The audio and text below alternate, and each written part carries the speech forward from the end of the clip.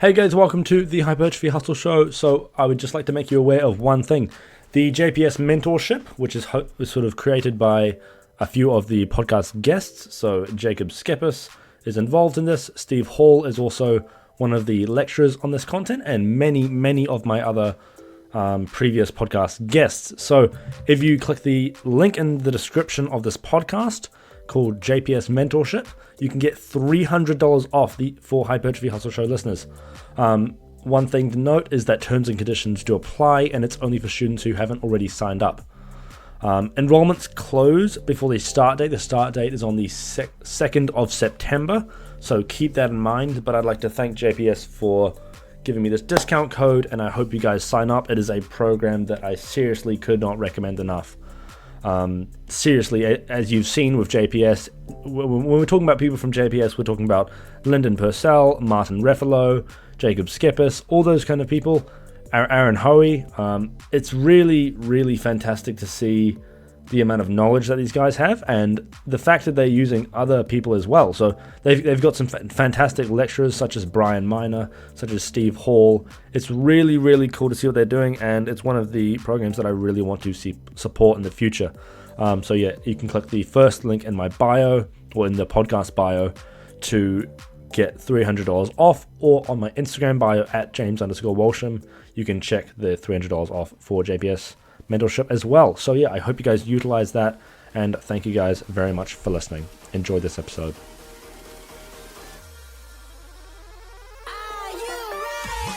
People are constantly raising the bar. Sacrifices need to be made. What would you guys say are your biggest weaknesses? You are your enemy right now. Is success a lie? Just a fucking podcast.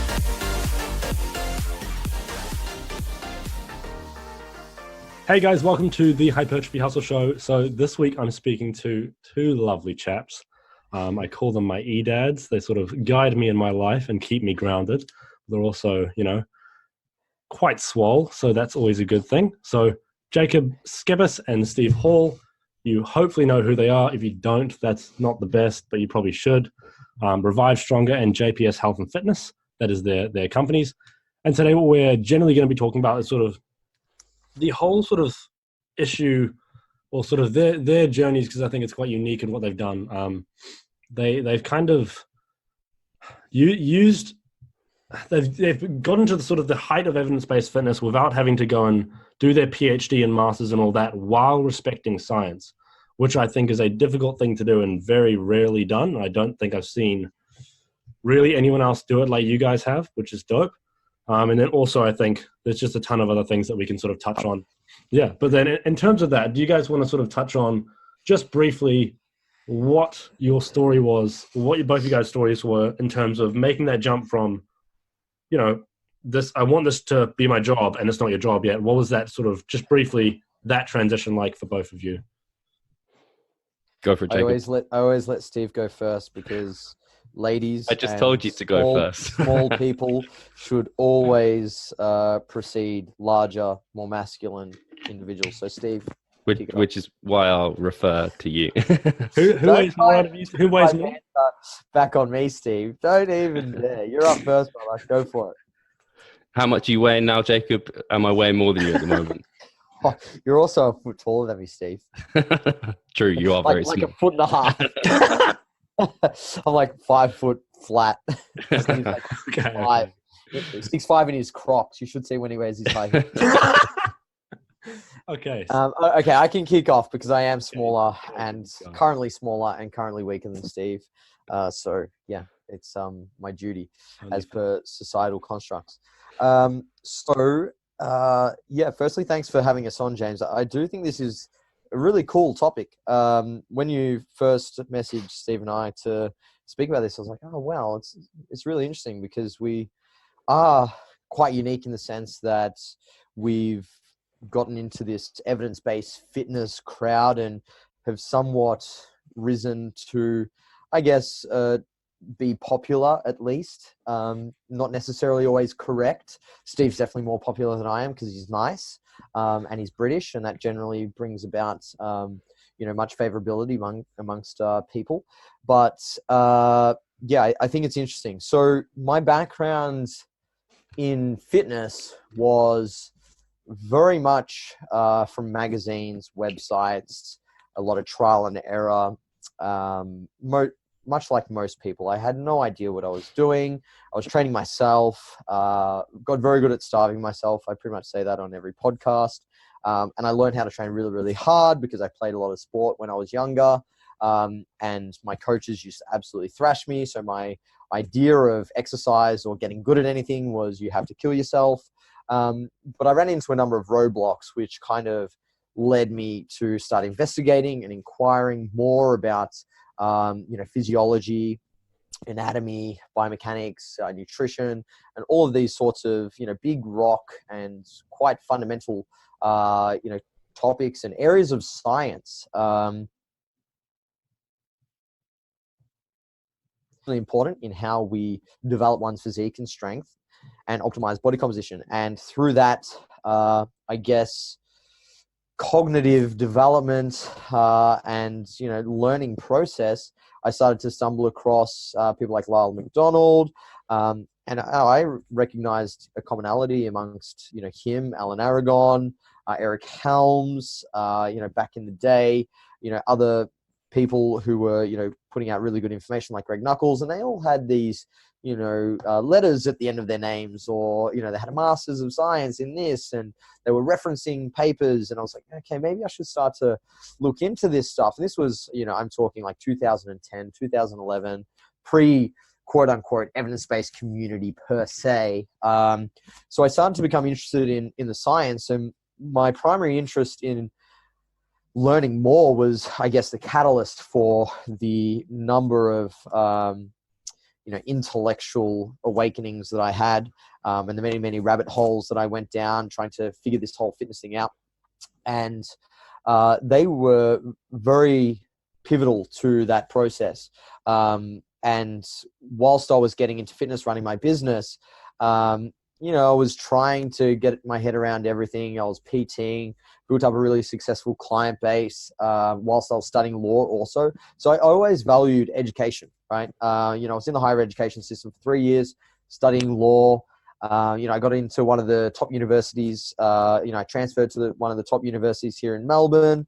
Got really good grades. I completed 3 out of 4 years. So I only had a year left. And my dad, who's a lawyer, because my fitness business was doing so well, he advised me to give up law. He's like, Jacob, you're obviously good at this thing. You're making more money than most lawyers and you really love it. You're passionate about it. He's like, forget law, go do this. I was like, okay, cool. So that's kind of why I never really got a education in fitness, was because I, like most people, just started personal training out of high school to make some money. Just like you're doing now, James, with your online coaching, alongside your studies. It's like, a bit of cash in your pocket, pays the bills, all those sorts of things. So that's what personal training was for me. And it kind of like just grew to the point where, I was 20, 21. I had a full-time job. I had 8 employees and I had a, full-blown company. And I didn't know what the hell I was doing, right? I kind of like knew bits and pieces, and I had the fundamental qualities that good coaches have, right? Like I cared about my clients. I prioritized results. I was always learning and improving. So it's like the piano teacher staying one song ahead of the student, right? It's like, I was just staying a few songs ahead of my clients in terms of what I knew. And like, they kept coming back. It's like, oh, well, Jacob's getting better. I'll keep going back. Like, we're always getting better because he's getting better. And that was kind of the experience, knowledge, and my own personal journey. I'll be able to raise the value of my coaches. And that's very much a philosophy that I try to embody now. And yeah, as a result, it's like, I didn't have time to go do a Bachelor of Exercise Science. I got out of high school and got into law because I thought that's what I wanted to do. Fitness was just a passion and a bit of a side project hobby of mine that eventually just grew rapidly and got to the point where it was a full-time job. And with that, and all the other responsibilities I kind of racked up along the way, like multiple mortgages, because I own the property here at JPS. I own my house. You got to pay the bills, and it's like, well, studying's a cost, not only financially, but the opportunity cost of studying means that you can't work as much. And I was trying to, look after my family and all these kind of things. So I tried my best during that time to sort of get educated. And I'm self-taught. So I spent a lot of time, learning, reading primary research. So I do read a lot of primary research, mostly when I get sort of interested in a topic. Like I'm really into a couple of things at the moment, like decision making and all the epistemology around that, as well as like evolutionary biology. So I'm like, reading all these freaking papers and textbooks from universities on that. And that's kind of what I did over the years, was like I went to the university, went into the library. Instead of getting like law books, I got nutrition books, I got biomechanics books. I, rented them and took them home, and did all that reading on the side. And luckily, had a lot of really smart people that I looked up to, such as Eric Helms, James Krieger, Brad Schoenfeld, Greg Knuckles, all these guys. And they had research reviews and were putting out a lot of really good content, which kind of like fast-tracked my learning and understanding of the research. And then as a personal trainer, it's like I wanted to, teach my coaches at JPS good information. I want to teach other coaches, in Melbourne, Australia, and, now globally, hopefully the right way or better way to do things, and to pass on that information. So I kind of find myself in this position now where it's like I'm a coach, I'm a business owner, but I'm also like this weird kind of science communicator without having the scientific background. It's like I've got something though that, as Steve does, that other scientific communicators don't have. It's like I've got a lot of in the trenches experience. Like there's not many practitioners who have worked with the amount of people or in the evidence-based field, researchers and scientifically inclined folk who have worked with the amount of people that I have, who have spent 10 years in the gym training different people, and applying this shit. So I think that whilst I don't have the letters at the end of my name, and I haven't got any formal qualifications, I think that, people like Steve and I, and other coaches are really valuable, because we're the ones trying to apply the science and bridge that gap. So that's kind of how I got into things and where things are now. So, Steve, over to you. I think it's a fascinating story, because it's like, I don't know, everyone goes straight into higher education, right? And they want to, that's the initial thing. And it's like, it's cool to see. Oh no, I lost you. It's cool to see. You lost him. No worries. It's cool to see that you guys have sort of done that without like you started in law and then you went into that, and then it's very cool to see, because it's like I'm in podiatry, right? It's like if I wanted to, I could just say fuck it, not do my masters, and then just go out there and just sort of follow what you guys have done. So, Steve, do you want to sort of continue and sort of say your side of the story in terms of this? Like, how did this all pan out for you? Why did it end up being evidence-based fitness and all that sort of stuff? Yeah, so I want to first of all correct Jacob and say I am not stronger than him. His squats and benching, maybe like good mornings, I think I can probably take you on that, but you've only just started doing them. So this is where I fall short. And again, thank you, James, for having us on. And I don't almost, when I hear it, I don't believe it when you say like we are people, the people see in the evidence-based fitness industry as if we're like near the height of it.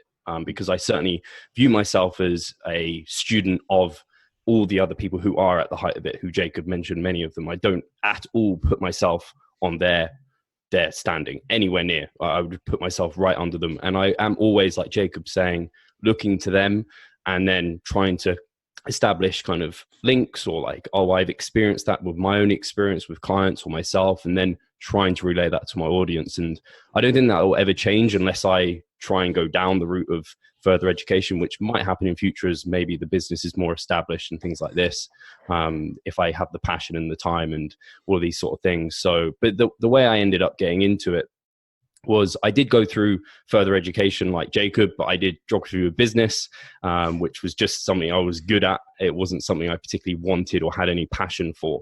I think a lot of people, when you are young, even for you, James, like, your passion now, and that's quite early. Like I didn't really know until like it all hit me later on, when I was like already in a job and progressing with that. And I was like, you know what, this isn't where I want to go. And I found that I was just like listening to all these individuals that I wanted to learn from. And it was like 3DMJ, Lyle McDonald and Alan Aragon were my first kind of inklings into that zone, like Jacob. And but before that, it was all like the bro science, the stuff like that. And I don't know why hearing these guys, actually, I think I do know. I think even now, I really struggle with any concepts that don't have good rationale behind them or aren't thought through and they can't be explained. Some people are comfortable with that kind of unknown, but I always need to know why to every single little thing that I'm doing. And I also want to explain that to clients and to other people. But the way I got into it was kind of a little bit more like it just kind of hit me quite literally, because I was kind of in an accident. And then that led me to become quite isolated in myself. I was at university, didn't end up socializing like I used to. I couldn't. I also wasn't doing like my general sports and things that I used to do. So it was in the gym. And that's where I kind of grew regard.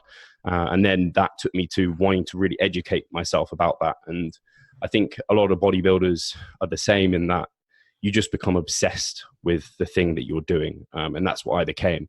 And so I wanted to find out like the best way to do things.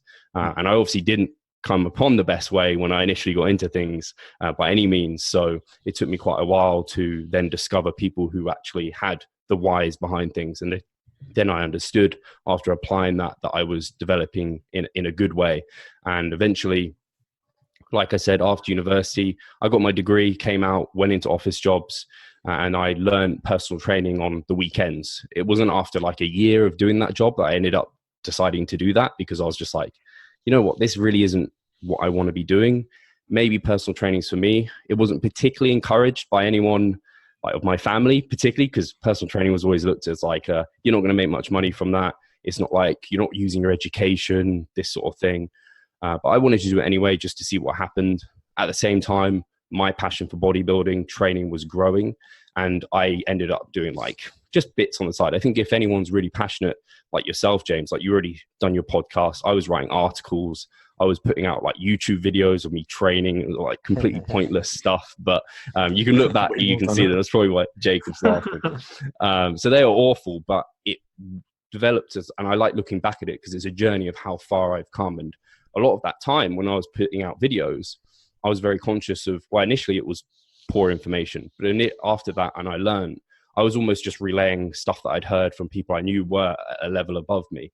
And from gaining experience, I learned, okay, I can take that, but also take my own experience and then start applying it a little bit differently. So yeah, from learning kind of to become a personal trainer on weekends, I then became a one-on-one PT, which I did for like 7 months. During that period of time, less time like going to the bodybuilding stage and dieting down and competing, did that. And at that point, I was starting to transition towards online coaching. And this was just because I saw 3DMJ were doing this. I massively looked up to them and I was like, I quite like it. I'm not I would say I'm better at programming. I'm better at designing things behind the computer. That's my skill set. And like looking over periodization, that sort of thing. Not so much in the gym one-on-one. It's not something I'm very skilled at. I don't know why.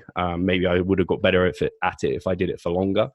So then that's why I ended up transitioning to online. And it was all like young school kids from around the area that just saw me doing it. And they were like, wow, you got shredded. You lift big compound lifts. I just do like leg extensions and you have big quads. Like, I want to learn from you. So took them online. Quads, Steve. This is true. I have strong squats compared to them at the time. And anyway, so yeah, this is just the route I started going down. It started building. Again, I just started trying to communicate the stuff I knew, because I very often undervalue myself, I think. But I do know there's value in like people will reach me before they're going to see someone like Alan Aragon, Brad Schoenfeld, all of these. And it's too far for them. It's too big of a jump. So we're almost like that middle ground of a stepping stone where we can be a bit more relatable. We can put it in a way that other people will understand, because it's taken me years to understand the stuff I know now. I remember reading like Practical Programming by Mark Rippetoe, like 5 times through. And I was just like, this is just insane. Like, I don't get it. And then it was only after like the 6th time, I was like, hey, it's all clicking together. And then I want to be able to form those clicks for other people sooner. And then it just didn't, like Jacob said, if I wanted to go down further education, the business would have to on the back burner. And if I'd done that, I don't think I would be anywhere near where I am today. And I don't know if I would have been then too late, because I think in some ways I was fortunate to have some luck in that it was a good time to get into online coaching, because it wasn't a huge thing as it is today. So yeah, it's something that has been on my mind. It's something that I am kind of somewhat, I feel a bit like what's it called, an imposter, because I don't have any of that further education. But I think it's important. I definitely feel that as well. Yeah. Yeah, that was I think my next question. It's okay. How much does that still plague you guys? Like, because it even plagues me already, and it's like I'm planning to go into masters next year, and like people give me respect because of the guests that I have on. And I'm assuming it's sort of a similar thing for you guys, because they're like, oh, you're associated with these people, they're intelligent, they've got PhDs, and then it's like they give you respect because of that. But then it's like a, I don't know, it's an inherent lower level of like they will inherently see it as you probably know less, which like may be the case, but it's like inherently it doesn't decrease the value of your role. Because without, okay, so yeah, I'll touch on that. Sorry to cut you off, James, but that's a really good point. And before I forget, I think, yes, it's inherent for people to view podcast hosts or communicators of science who are referencing and sharing ideas and concepts of other people as somewhat lower level than those who are creating or doing the primary research. And that's totally normal and very much expected, right? I don't expect people to respect me in a certain matter or topic or domain as much as the guest that I have on, who's the expert and spent years and years going through the process of, acquiring a formal education.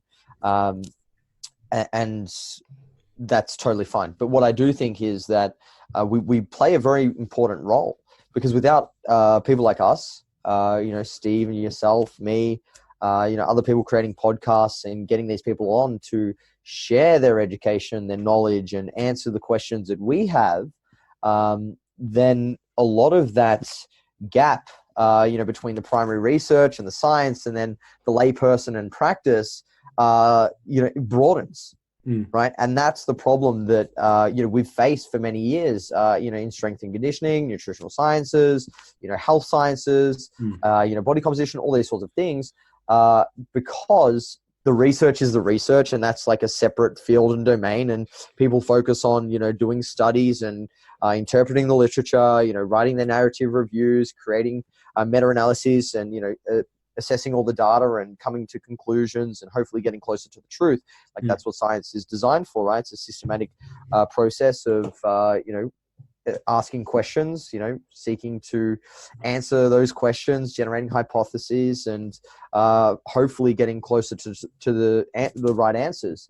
But the issue we have there is that who is then sharing that information? And it's like we have some great science communicators, such as those who we're all familiar with and we have on the podcast, but we still access people who they don't, right?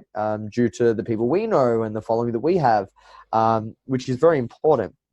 So I think, yes, number one, it's normal for people to value and respect and give authority to, assign authority to the people who are above us in the evidence-based practice field. But I don't think that necessarily discounts when we collaborate with these people, we can bridge that gap. And if we do the right thing and hopefully disseminate their information and interpret it correctly, and we don't forget nuance, context, and we do accurately report the facts and findings, then that's a great thing also. And to answer the other question as to do I feel inadequate and like a phony and a fraud for not having a higher education degree? Yes, certainly, all the time. Like there's times where I feel like, holy shit, like how can I be an authority and claim evidence-based if I don't have a Bachelor of Science, or if I don't have a master's in this and haven't gone through the formal education process? Like how can I be an authority? And that's definitely a limitation of being a practitioner without a qualification, is that you give up a little bit of authority to have more authority in practice, right? It's just our authority is not perceived in the same way, and we're not authorities in the same things that someone who has gone through the higher education system is. And we just need to recognize that, and that's totally fine. If everyone was trying to be like Eric Helms and Dr. Mike Israetel, who the fuck would be coaching people, right? It's like they don't want to coach people, and that's fine. They want to do primary research and, communicate science and write books and things like that. Like we can't all do that. So that's one thing. And just to, I guess, throw a spanner in the works, I'm actually pursuing a master's in sports nutrition. I just saw you and got your Yes. dietitian. Yeah, I'm in the I just got my certificate in applied sports nutrition. I'm doing a graduate diploma now, actually. And then once I finish that in the next 6 months, I'll be doing my master's. So hopefully I'll have that in the next 18 months. I generally work to a very quick and high standard. So hopefully I can bang it out and just put those letters to my name. But it won't change what I do. Like, I'm still going to do all the same things. But I do want that authority. And I think the more educated we become, I think people start to see inherently through the way that we share content, through the way that we handle ourselves on podcasts, that we know not as much as the people that we speak to or that we look up to, but we're on the same, playing field, right? We might not be the, elite level, $1 million a year kind of contracts that these people would get if, we were to assign ourselves like, a monetary figure in like a, baseball, sense, Right, or a sporting sense. It's like, we might be lower level players, but we're on the same playing field, right? We want to be anyway. I think people start to see that, like through the questions that you ask, through the way that you conceptualize and then share information. Like I, had multiple comments on the podcast I did just Donald, and people were like, oh, Jacob, it was, awesome that you did this podcast because you were, knowledgeable about this topic like Lyle was, and was able to facilitate a really good discussion. And it's like, yes, people might perceive Lyle to be of, higher authority than I am, and rightly so. But, through my own efforts at trying to learn about the things that we were talking about, it starts to shine through, and people can see that, okay, Jacob's not just asking, oh, what is mechanical tension and, what is hypertrophy? It's like, the more nuance and context you give things, it's like people start to see, your knowledge and your authority come through in the way that you handle yourself. So, yeah, that's a bit of a roundabout way of answering that question. I hope that it was somewhat useful. Steve? So, yeah, I mean, I can completely agree with what Jacob said there. I still have that kind of inferiority complex whenever I kind of put out information, and when people kind of look up to me and kind of, give me props. I'm like, you should give this person props because that's who I learned this from. And that's something I am also very careful of. And I think it's just something in general for people who are listening to be aware of, is always give credit.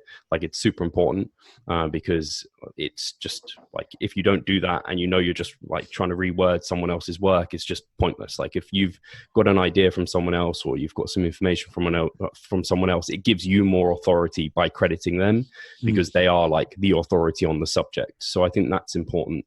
And then it's also like, having done further education in itself, whilst it wasn't applicable directly to like the things I do now, a lot of like the degrees that you would do that are seen as applicable, maybe, like, I'm sure, and I can't comment that there definitely is, but like Jacob said, there's a lot of stuff there that probably isn't going to change how he does the things he does today, but it's going to give him many skills that is certainly going to help him do what he does today. Like, just doing the degree definitely allowed me to be better at research, better at reading, better at collating ideas, better at writing. And I really enjoyed that aspect of the degree, the subject, not so much.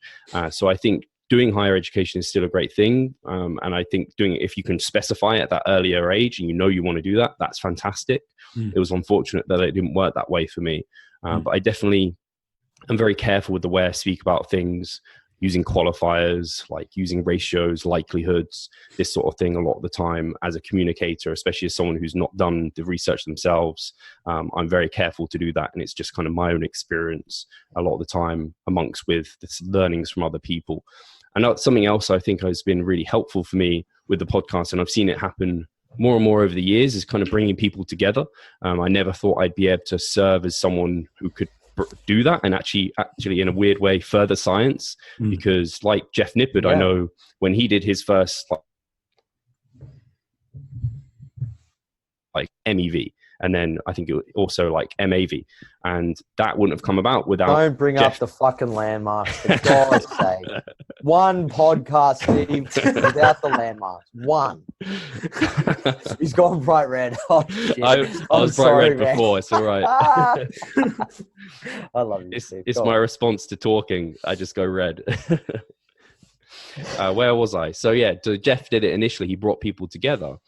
And now I've seen... And we did that, sorry to butt in, like the exact same as Steve. Like we did that at UABC. It was the first time Eric and Mike, got to meet, all these sorts of things. And yeah, just to further the point and drive it home, it's like people like us, we bring ideas, to the public, and we bring people together. And I think that's something that, is really valuable. It's almost invaluable, I would say. It's like, I don't know, we wouldn't even know who these people are. Because it's like, apart from the researchers that we know in this field, like Helms, Mike, etc., I would have no clue who these people are. Like, I don't know. When I'm reading research, I barely look at the authors. It's like, it would be cool if I did, and like if I could find them. But most of them aren't on Instagram. They have no social media presence or online presence at all. And it's like, it'd be great if these people actually got out there and sort of, I don't know, put their knowledge out there. Because I think it sort of gives me the feeling like a lot of them just stay in academia and then don't deviate outside. And then, as you said before, Jacob, it's like, okay, cool, we can research it as much as we want, but until we have someone applying it, it doesn't matter. So it's like we need this application. And it's like you guys have sort of, I would say, inspired me a lot to sort of realize that, holy shit, like if you get a following and you sort of figure out how to navigate science in an appropriate way, in a respectful way to the science, without overcomplicating it, and then give it to the layperson. As you can say, like you can bring people together, you can show people where the correct sources are. And it's like, in my field of podiatry, right, it's like we have some conferences and they're all right, but it's like, I don't know, people go to the degree, they learn the degree, and then they leave, and then they pretty much never learn again. And it ends up with a lot of podiatrists being extremely outdated. Like extremely. And it's frustrating because it's like medicine isn't on Instagram. Medicine doesn't have Revivestronger and JPS. We don't have that. It's really... Probably shouldn't either. No, exactly. It's unless you're qualified. But it's like... more complex in fitness. Yeah, it's just frustrating that in fitness we have this system of sort of continuing education where you can upskill, you can learn more without having to go and do this. Like you don't have to go and do your masters. You can, but you don't have to.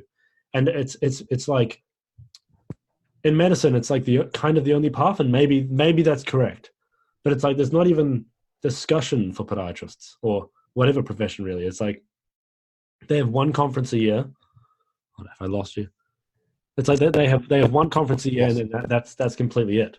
And it's just a bit I don't know, you compare it to fitness, and I guess fitness has less laws around it, or it's less strictly contained. But it's like, I feel like you guys have sort of shown me like, oh, wow, even if you don't have your whatever, you should still treat yourself like a medical practitioner effectively. Speak like one, talk like one, act like one. Don't pretend you are one, but it's like, it's not that far off really. Like it's really not. And it's effectively just preventative medicine. I think that entire concept that you're discussing is applicable to anything. It's like, hold yourself to the highest standard. Right? And it's like science and being evidence-based is a very high standard to hold yourself to. And I think more relevant and somewhat important is just holding yourself to a high standard in the way that you go about everything that you do. If you want to be the best at anything, then you need to continually seek improvement and make comparisons against where you were at yesterday, 6 weeks ago, 6 months ago, 6 years ago, and be taking measures to get better and have better outcomes. And the way that you do that is pursuing more knowledge. Like, for example, I just purchased, Steven Pinker's first book, Learning and Cognition, like the structure of argument. And, that's totally unrelated to fitness, but I just want to be better at writing. I want to be better at communicating and learning and understanding the English language, because that will, indirectly make me a better practitioner. It will make me a better science communicator. It will make me a better person.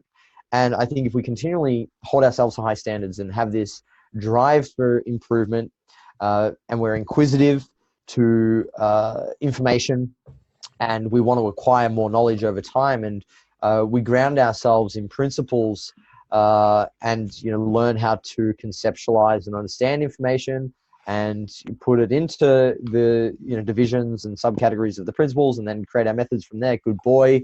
Go mad diet. Love it. Then we will get respect from people. We will get better. And in turn, by getting people's respect and continually improving, you become an authority. Like, that's inherent in the process. What the fuck are you laughing at, man? Just the chocolate. I knew you'd say I knew I couldn't drink the gallon of chocolate milk without someone saying it. I'm spewing the Hypertrophy Hustle Show is audio only because, folks, James is just chugging back what looks like 2 liters of chocolate milk. I'm very impressed. I think I can claim that I formally introduced you to the Go Mad diet. Is that true? Oh no! I think Steve. When I was with Steve, I started drinking chocolate milk. Hello. Yeah.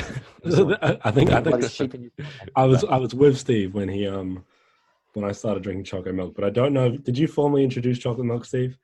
I think you just took it upon yourself and asked me if it was okay. I was you put up a question on your Instagram. What was the best massing diet? And if I'm recalling correctly, I said, I said like foods. I don't know. I said some dumb shit. It was like foods to. And you said, "What's that?" And I said, "Google it." And you're like, "What's a gallon of milk a day diet? What is this?" So that's what I'm referring to, not the chocolate milk. I'm sure Steve introduced you to chocolate milk. Maybe your mother even introduced you to chocolate milk earlier. Well, I'm sure if you were breastfed, you would have been introduced. Okay, mate. Earlier than you met Steve, but. Steve, do you breastfeed? I With could. those bosoms of yours, you could. Just choose not to. So you keep it for myself. It's probably a good move. Cholesterol. I don't have the cholesterol. Authority from the Revivestronger community if you're breastfeeding Pascal. Okay, speaking of breastfeeding, Pascal's going to get an eye-opening experience over the coming months to that whole process. Yeah. Congratulations, Pascal. Yeah. I'm sure he won't listen to this because I'm on it. Steve's on it. But, if he does, congrats, Pascal. Yeah. So, Sorry. back on topic. So, I noticed you guys have sort of taught me a little bit how to, I don't know, not speak like an idiot around science. Like, I think especially both of you guys have sort of disciplined me in a way. When I've said some dumb shit, it's like you guys would have a laundry list of dumb shit that you've said. Yeah, like I've especially with JPS, I've said some real dumb shit, and it's kind of like they were very unscientific statements a lot of the time.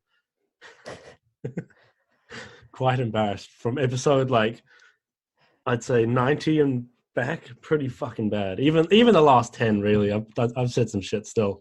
I'm still pretty fucking bad. And how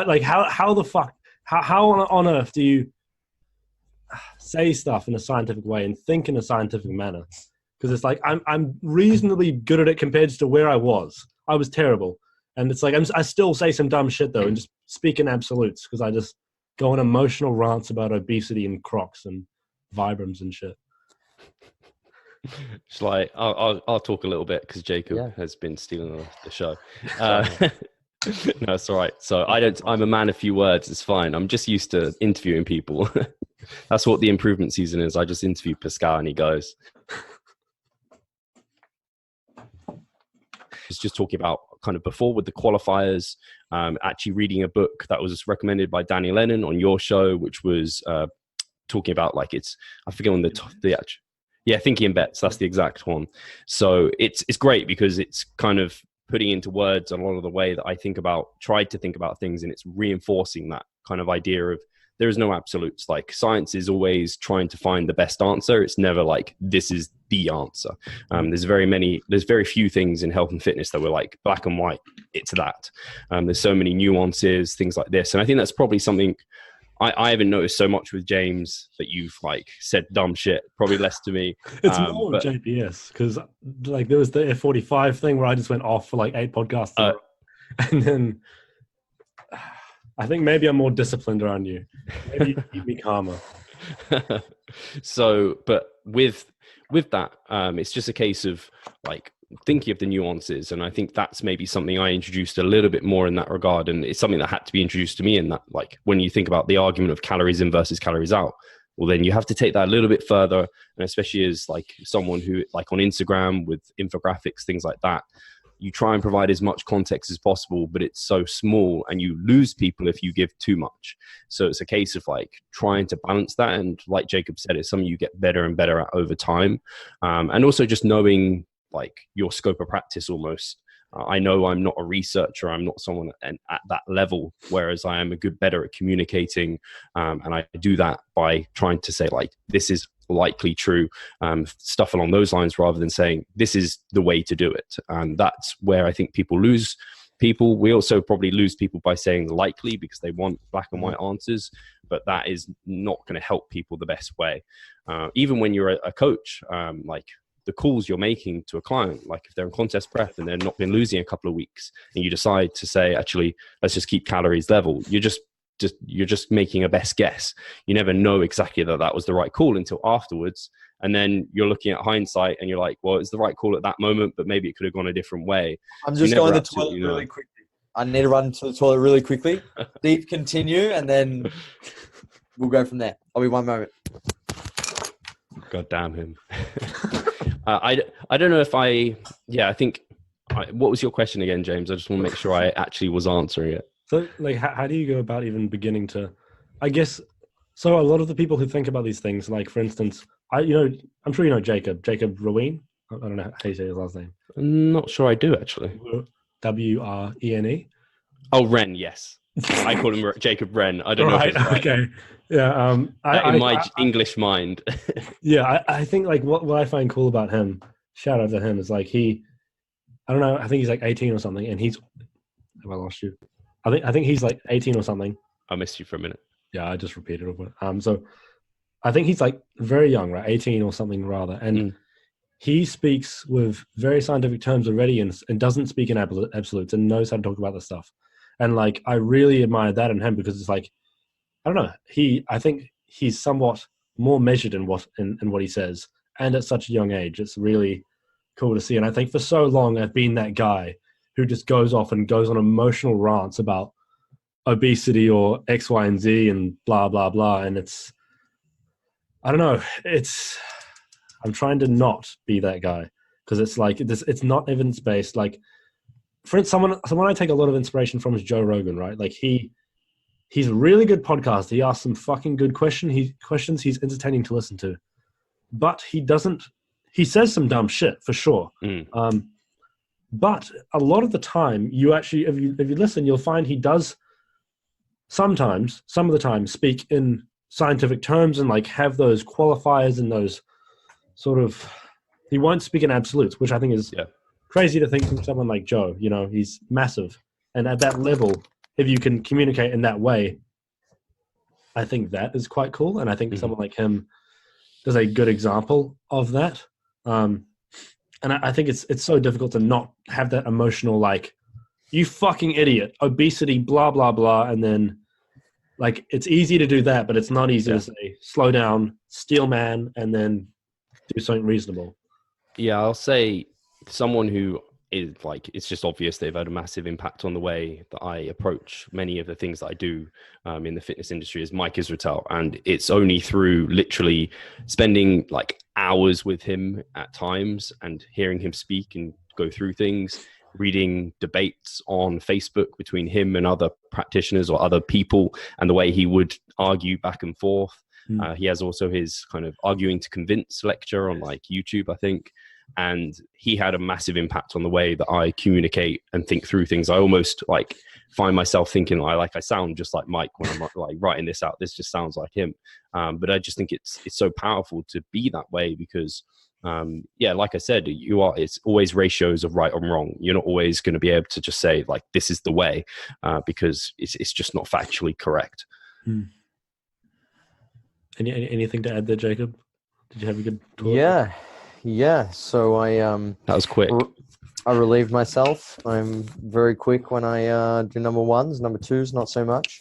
I like to enjoy the Palace of Peace, but nonetheless, So firstly, I think a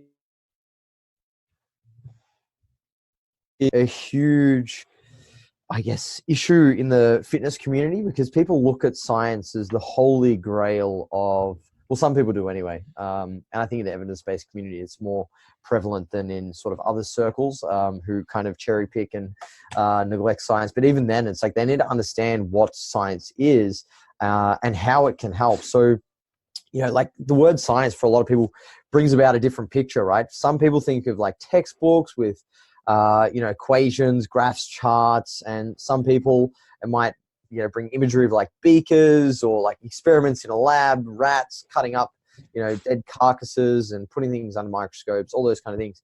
And they give, and they assign science like this stamp of approval for what's been trialed and tested or to be true, right? But science is like an elusive doctrine. You know, it's not something that we can fully elucidate or define as being, you know, this thing, right? It's a concept essentially that constitutes itself around like painting a clearer picture of, you know, the questions we investigate and advancing our understanding of the objective world, right? So we need to recognize that science in its purest form is like two things. Number one, it's the acquisition of knowledge. So it's a process of discovery, like through observation, experiments, like tests, hypothesis, and it allows us to link isolated facts and data into like coherent and comprehensive understandings of how the world works through like the relationships and correlations, cause and effect, all these sorts of things. And through doing this process of acquiring knowledge, we develop a body of knowledge, which is the accumulation of like discovered facts, right? Which combined help, you know, move the needle of accuracy that we have around a question, you know, closer to that which is more likely to be true and more likely to be correct in certain cases. But, you know, that's not all science is. But in its purest form, you know, that's what we look to science for. And it attempts to bridge the gap between that we don't know and that which we do want to know. And I think a lot of people sort of forget that. And therefore they speak in, you know, binary terms. Yes, no, they think dichotomously, but, you know, science is never black and white. Like there's always nuance, there's always context, and the accuracy of fact, which science, you know, produces, is highly dependent on a number of things and brings about inherent limitations, like even in the, you know, the statistical methods, the procedures, all these sorts of things. Like there was a recent study that came out, like comparing training to failure versus repetitions in reserve. And it's like, if historians said, hey, you know, maybe this effective reps is, you know, not necessarily as clear cut as what we think, you know, training to failure leading to more effective reps because the reps in reserve group got better growth, but they got better growth in their quad muscles. And if you actually look at the study design, for example, it was 3 times a week. It was like this weird fucking, you know, a cross between Olympic lifting and like just a stupid program that anybody with half a clue about hypertrophy training wouldn't put together. It was like mid-thigh pulls, you know, and the groups were doing sprint training in between these sessions, and they only tested, you know, measurements in the lower limbs. And it's no surprise that the repetitions in reserve group got more growth because they had undulating periodization. They were obviously recovering better in knowing that they were running between these 3 training sessions they did. So we can't really say, oh, well, repetitions in reserve got better results than training to failure, because it's just poorly designed study. So we need to remember that, like, all of these limitations in science exist. There's bias, there's, you know, procedural errors, there's, you know, limitations in statistical analysis and all these sorts of things. So science is by no means a perfect system. And people who understand science recognize this, and they you know, identify that as, you know, being a nuance to science. So yeah, I think we need to respect science, like you said, James. And when we speak about science, we need to understand what it's designed to do, the inherent flaws and limitations of science, and then its role in helping us as practitioners. And that is to guide our decision-making process. So we need to fully appreciate that coach's role is to make decisions for their clients. And I spoke about this a lot in the Bath seminar, and I kind of like drilled it home, or at least I hope I did. Like, we're just paid to make decisions for our clients. So we need to know how science plays into that decision-making process. And we can use the evidence-based model and the 3 pillars of the evidence-based model to do that, which is fantastic. We look to the science, our experience, and the needs, preferences, and goals of the client. And that helps us better align our decisions to what will be best suited to that person in that given context. But beyond the initial starting point, science really starts to take a back seat to what you're seeing in real time with the client. And in terms of like communicating science, it's just something that we need to keep in mind when we're talking about certain topics related to fitness. But it shouldn't take a front seat to our anecdote and our experience. And I think the evidence-based community, in part, really downplays the role of like observation and clinical experiences. And I think that's a current issue that we're facing in the evidence-based community, is we're putting science on a pedestal, which is a right move, in my opinion, given that we've come from, the bro science, approach. It's like, the fitness industry swings on a pendulum all the time, from one extreme to another. It's like high volume, low volume, right? Low carb, high carb. Like, we're always swinging back and forth. And I think we've swung from no science to evidence-based, science is the only thing that we should do. And I hope in coming years that we can find that middle ground where it's like, okay, science is a starting point. We should look to it for guidance in, helping us get closer to answering the questions that we seek to answer.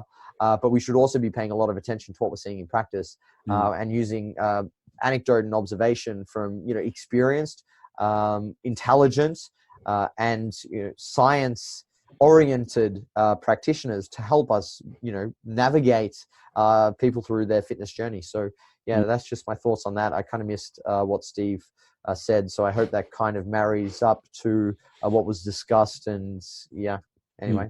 Yeah. And any further thoughts, Steve?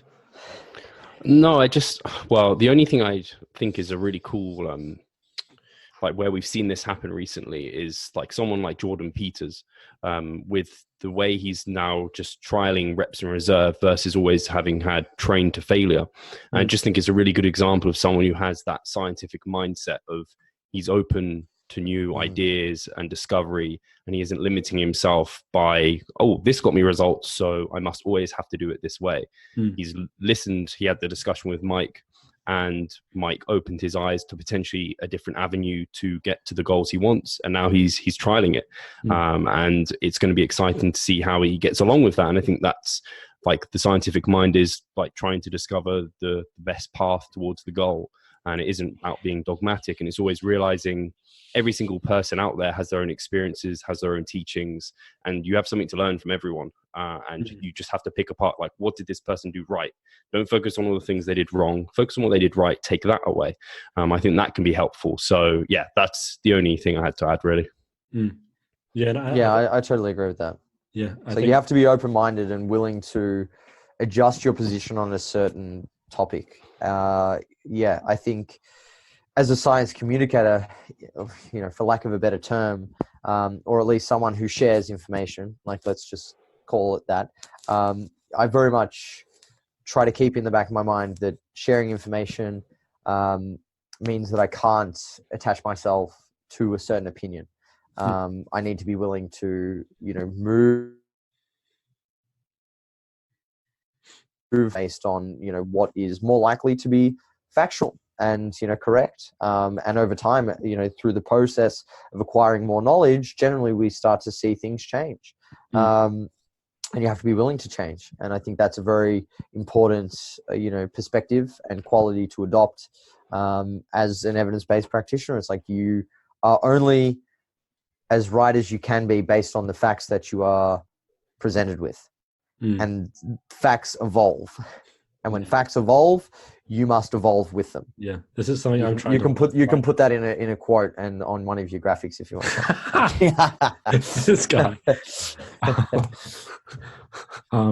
It's something that I'm trying to learn right now, is sort of navigating all the stuff and not being dogmatic, because I think I give myself too much props sometimes because of the people I interview, and I think, oh, they're intelligent. I talk to them. I can understand what they say sometimes. And then I sort of think, oh, I must be nearly even 10% of that sort of open-minded scientific thinking. But it's like I see myself be dogmatic every single day, and it's just like, I don't know, it's intensely frustrating because I know that it's being dogmatic and all that is a terrible idea and it just doesn't work. But it's very hard. I think that self-awareness is half the battle, man. Yeah, if you're aware when you're dogmatic and when you're potentially being biased, and all of the behavioral tendencies, both overt and covert. So bring listeners up to speed. It's like overt behaviors are the ones that we can measure and see in real life, such as if I'm chewing my nails, that's an overt behavior. And the covert behaviors being the ones we can't see, measure, and test, being our internal processes and way of thinking.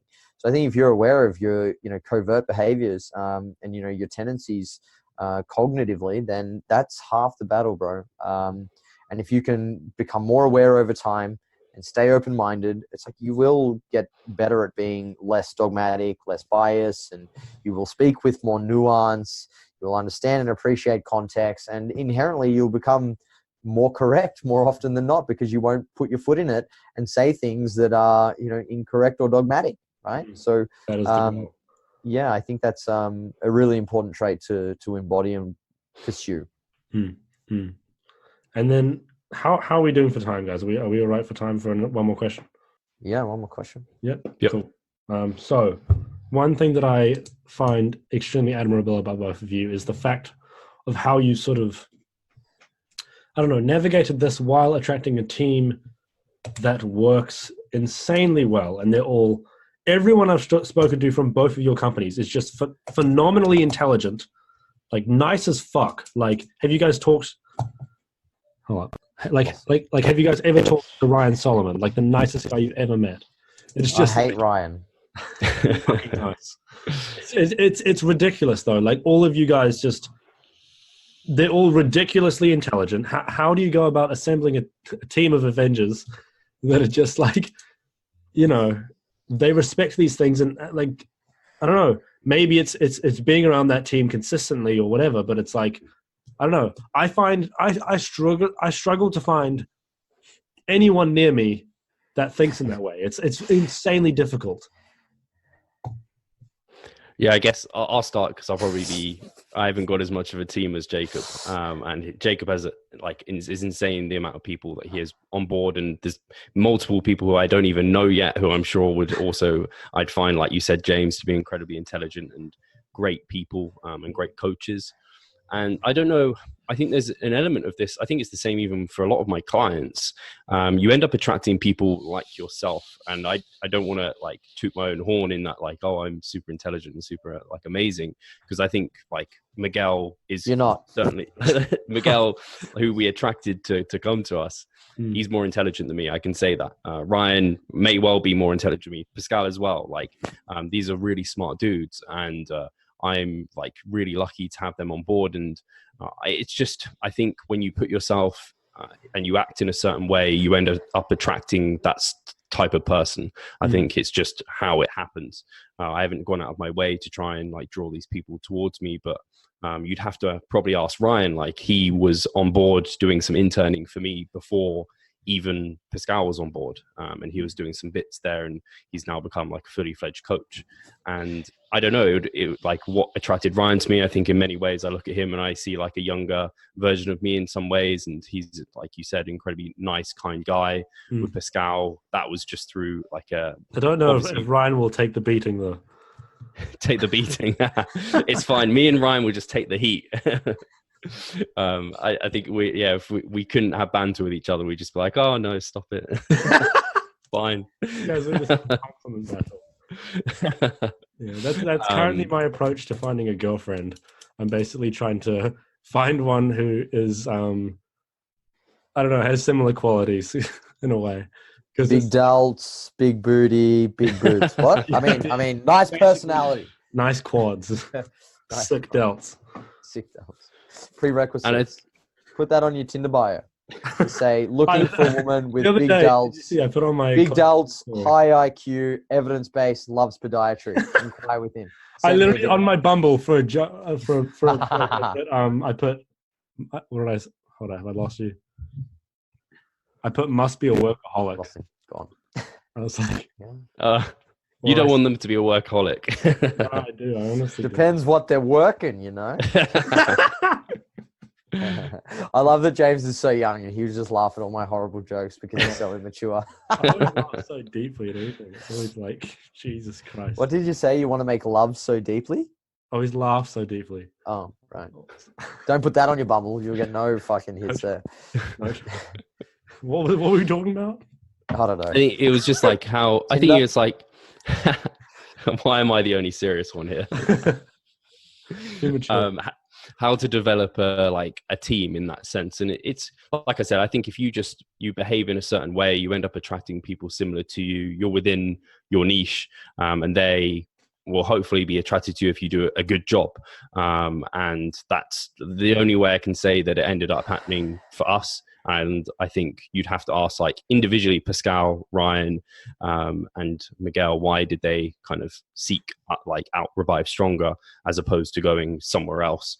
And then from my point of view, like, I don't know, I've had people approach me from other like areas of life and positions, and whether or not it was not because they weren't the right person, it might have not been the right time for me, but like there's that, you have to have that kind of perfect combination. And there are people who aren't the right fit. And I interviewed people when I interviewed Pascal and other people and had that. There were people that just obviously weren't the right fit. They didn't think in a similar way.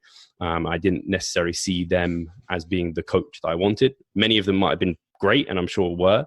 But yeah, it's just kind of a bit of the right time and putting yourself out there. Probably weren't quite as good looking as Pascal either. So No, Pascal's a good looking man. He was a very model. Attractive. He was a model, and he's a very attractive rooster. So I've got like this concept that I've kind of been thinking about for a long time, and more so was something that I came to after the fact, after I developed a team, and I guess, following and an interest in people wanting to work at JPS. And that is the value ceiling. So I see it as a value ceiling because if you have value, people will want to obtain, your knowledge, your insights, your experiences. Like, you're valuable to them. And I see 3 pillars of the value ceiling. There's always 3, and it's always like a pyramid or fucking pillars or something like that. That's how you explain every concept. But the 3 pillars are: you have to have knowledge, you have to have experience, and you have to have success. And I think the first 2 help you achieve the latter. So what I increase my knowledge, people have come to me to learn. As I've got more and more experience, people want me to help them, with their own journeys, achieve similar things. And if I've been successful, people gravitate to those who are successful. So I think if you look at each pillar and you think about, okay, how can I get more knowledge? You raise that pillar by getting more knowledge. You get more experience, that pillar raises. And then you get more success, and that pillar raises. And all of a sudden, your value ceiling increases. And I see this value ceiling for me personally, but then also for JPS. So if I'm raising my value ceiling, then all of a sudden I have the ability to raise the value of the next person at JPS. And if they raise their value ceiling, the value ceiling of the next person can be raised, and so on and so forth. And we have all these people increasing the 3 pillars within a company. All of a sudden you have immense value, and you're going to attract a lot of people from a lot of different places. So that's kind of how I've seen things. And, you can look at the worst case scenario. It's like, if I have no knowledge, no experience, and no success, well, who the fuck is going to want to work for me? Right? Or who the hell is going to want to come to JPS? But if I can continually over time raise my value ceiling, and then get people, within my team of JPS to help raise the value ceiling. So, I've got Lyndon, Martin, Aaron that you've had on the podcast. They're helping raise, all of those pillars within JPS. All of a sudden, we're just immensely valuable, not only to the people at JPS, but to the marketplace. And I think that's how people need to conceptualize themselves as professionals. It's like, you need to raise your value ceiling as an individual, as a practitioner, as a business owner, but you also need to raise the value of yourself and your company to the marketplace. And when you do that, that is, in my opinion, how you start to attract, other successful people. And you're not going to, breed a successful culture if the value ceiling, and the net worth, the net knowledge worth. I really love that concept. The net knowledge, the net experience, and the net success of your company is dismal. You're in a diabolical position. You're not going to really go too far. But if you can raise those pillars and you increase the net worth of you, the business, and your company to the people who are working and hiring you, and then the marketplace, I think you're destined to do great things. And that's sort of where I'm at, and how I think about things. And I just put my head down and my ass up, and I'm trying to be more valuable day in, day out. And that's all there is to it. Any thoughts, Steve? I just think how did Jacob have the perfect answer? I feel like you did send him the questions beforehand. But I was looking at that and I can see it completely with JPS, and that's something that I would love for like Revivestronger to move in that direction as well, where each person is providing more and more value. And then I completely see it, that's what attracts people to company. That's a valuable place. Yeah. They can give you a lot whilst you can give them a lot. So I think if you don't have that yet, that's probably why you're not attracting that audience yet. And I think even like it goes down for not just people bringing them to your business, but also clients. Like if you have a lot of value within the company, then you'll attract more clients. And I think that's probably why, and I expect JPS coach a lot of coaches as well as clients. Just like we do. 80% of my clientele are coaches. Yeah, same. Yeah. Which that's sort of like, you two honestly blow my fucking mind. Like, stop blowing smoke up our ass. No, I know. I was listening to a podcast the other day with can't remember who, but they were basically like, it was the one the recent Iron Culture, and the guy was basically saying, I don't want people to just blow smoke up my ass all day, because I want that criticism so I can grow. Yeah. But it's I think you surround yourself with people with no men, people who say no to you, and people who will ridicule and criticize you, because at the end of the day, you're not going to get better by being told that you're right and you're the best all the time. So I'm very selective with who I hang around. So like my best friends, for example, they give me so much shit all the time. Like people wouldn't believe it, because I'm usually the shit stirrer, and within the little JPS bubble, like everyone puts me on a pedestal and wouldn't dare say certain things to me. But my closest group of friends, one of them's Dr. Jake Lenarden from Break Binge Eating. He's like my best mate. And another friend I have who's very high up in the marketing world, like they, treat me like an idiot. They're like, what do you know? Like, they do. And it's great, because it humbles me. It brings me down to earth, and I'm not constantly surrounded by people who just say, oh my God, you're amazing. Because the more you listen to that, the more your trajectory towards success is going to be blunted. I think you have to be successful. I like Jordan Peterson's, analogy and concept of having, the worst possible, life or scenario that you can imagine, in the back of your mind, and then you have goals and your ideal life in the front of your mind, and use that, back and forth to propel you forward.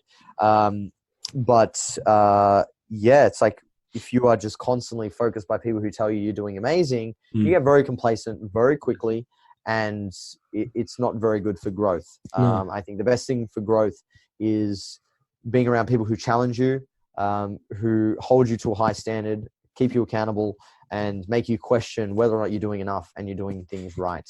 Yeah. Because the more you you got to develop thick skin to be around those people a lot. Like not many people could be mates with the way that my friends treat me. But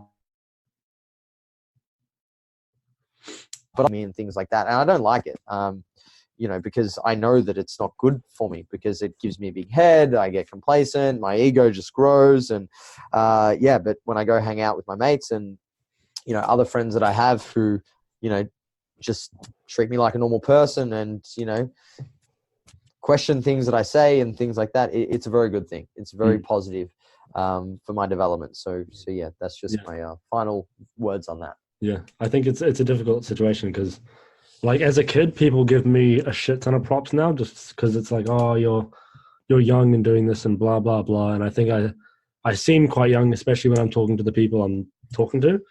And it's, yeah, I often try and ignore all pretty much everything anyone says that isn't in the industry. Because it's kind of like, I would say don't ignore it. I remember once when I was actually drunk and I wrote it down in my phone. And it's freaking, it's a gem of a way to look at things, in my opinion anyway, because I wrote it, right? But you should listen to everyone. I think listen to everyone, believe some, and trust none. Right, like that. They are words that I live by. I listen to everyone. I give everyone a chance. no, yeah, I definitely I'll take listen. everyone's try- opinion on board. I believe some people, Yeah. right? But then I'm very skeptical and very critical of who I trust, because that is something that is one step further from belief, right? It's like if you trust someone, they've got to earn their stripes. Yeah. And I think there should be very limited people in your life who you fully trust. I Yeah. think it's more for me. It's just like most kids my age do jack shit with their lives, and I don't know, they can't even conceptualize hard work. They have no clue what it is. They do a degree they hate, and they work a job they also hate, and then they party on the weekend. And it's kind of like, if you deviate from that even a little bit, they will give you a shit ton of props, and it's just. Yeah, I try to use that as motivation. No, I do, yeah, because it's like. But then don't get complacent. I think that's the key there. Yeah, that's why I try to. Like, I've been getting into a habit of asking guests, like, is there anything you would critique about what I've done? Like, be as honest as you can. Like, give me all the feedback possible. It's like why I got the statue from Ego is the Enemy tattooed on me. It's like, I don't know, if you have ego, or you think. The moment you think you're anything, it's like you're dead, It's like, how can you progress from there? And it's like, yeah, have self-confidence in what you are. And like, I'm fucking proud of what I've done so far, but it's like, I know there's a lot more that can happen. And the only way that's going to happen is not thinking I'm the fucking best, Yeah. Yeah. And you can always always helps. Hold on, we cut out there. What'd you say? Oh, I was just saying, if like you can think you're good, but then you kind of have a reality check of where are you in context of how people are doing in the world. And it's like, well, there's people making billions a year. I'm not really anything really. So then you just get a kick up the ass and keep working. Like the people I usually compare myself to is like you guys, or like, do you know Ryan Holiday, the author of Ego is the Enemy, or Eric? Because it's like, I don't know. I think those are the kind of places where I want to aim to be. So it's like, like pretty good. And I just try and disregard the age and just sort of say, what are they doing with their days that I'm not doing? And how are they handling things? Not just a quantity thing, but like a quality of work. And then, all that kind of stuff. And you're doing the right things, focusing on also like, how did we get there, and asking good questions about that process. Because I think a lot of the time people look at where people are and they're like, what they're doing now to be where they are now. And it's like, well, look at everything they did beforehand, because they can get away with a lot of shit that they couldn't do before, or they need to do different things to advance. We know this with training, obviously, but you can apply that to business. Totally. Yeah. Yeah. So awesome. Well, I gotta go eat. I gotta go make some gains. So where can people find you lovely lads? Go on, ladies first. No, Jacob. Tinder, Bumble, Grindr. Swipe right, ladies and gentlemen. No. I saw your pic today, so. Yeah, my booty is probably not growing. I only trained legs once in like 10 days, but anyway, I'm not like Steve. I don't train my legs 4 times in 6 days. No, JPS Health and Fitness website. We have a lot of cool articles going up there. JPS Education on Instagram, JPS Health and Fitness on Instagram for our client-related work. And then you probably don't want to follow me. I'm not very educational or interesting. Yeah. But yeah, Jacob Schepis on Instagram. That's me. Yeah.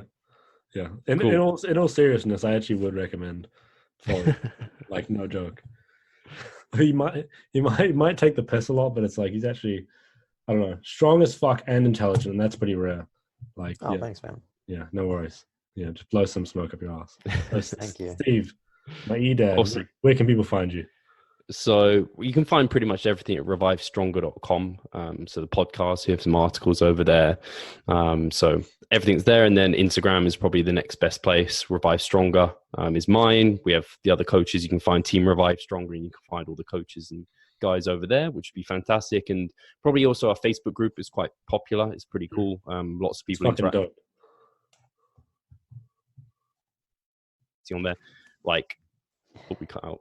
Wait, cut out. Do you want to repeat You're back. We have people who, where did I get to? Facebook group. Facebook group. Yeah. So we have people, it's a great group. Like, it barely needs anything from like us guys. People are just answering questions back and forth all the time. Like Jacob Wren is in there answering good questions. So that's fantastic. And that's just Revive Stronger. I think if you search that on Facebook, you'll be able to find our page and Facebook group. So be awesome to have more people in there and chatting. Yeah. And I think like if you follow me and you trust what I say and you don't follow these guys, you're a fucking idiot. Like, it's just like, look at me with a nice Evans face statements. No, but seriously though, it's like, I don't know, so much of what I say and think about is from these guys, and sort of, I don't know, they've taught me how to think and how to navigate. And yeah, my E-dads have been guiding the way. Hey guys, thank you very much for listening to this episode. I hope you give us a review or you really enjoyed the episode. Let me know any feedback. I'm always open to any criticism, anything like that. Reach out to me on Instagram at James_Walsham. Or if you'd like to follow my business account, follow at the Hypertrophy Hub. Yeah, thank you guys so much for listening. If you would like to help the show, there's a list of ways to do so in the show notes. But if you're wondering how, the best thing to do is just give us a review on iTunes or just let me know how the show can be improved. Thank you very much.